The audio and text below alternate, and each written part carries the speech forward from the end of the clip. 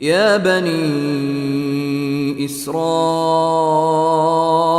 اذكروا نعمتي التي أنعمت عليكم وأني فضلتكم على العالمين হে বনি ইসরায়েলগণ, তোমরা স্মরণ করো আমার অনুগ্রহের কথা যা আমি তোমাদের উপর করেছি, এবং স্মরণ করো সে বিষয়টি যে আমি তোমাদেরকে উচ্চ মর্যাদা দান করেছি সমগ্র বিশ্বের উপর।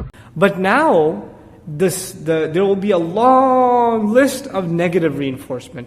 So the conversation almost takes a new flavor and it begins all over again.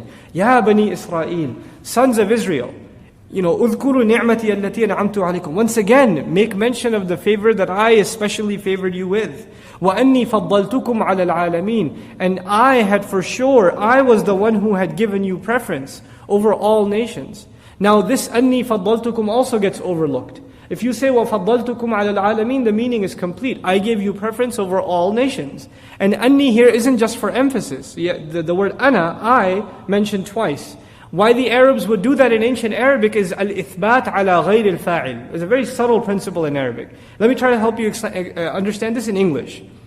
There's a difference between saying, I favored you, or I gave you preference, and listen to the second one, it is in fact I who gave you preference. When you say it the latter way, there's something implied in parentheses. You know what's implied? It is I, not anybody else. You're not chosen people on your own accord or your genetics or your lineage. I'm the one who made you preferred.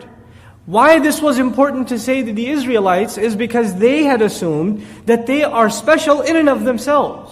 And that Allah Azza wa Jal, the one who gave them this stamp at one point, that stamp is now permanent, it will stay that way.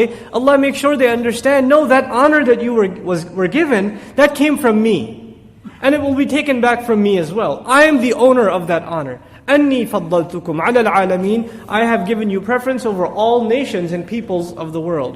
I don't translate alameen as worlds because I believe that would be inaccurate. The Arabic word for worlds would have been al-awalim.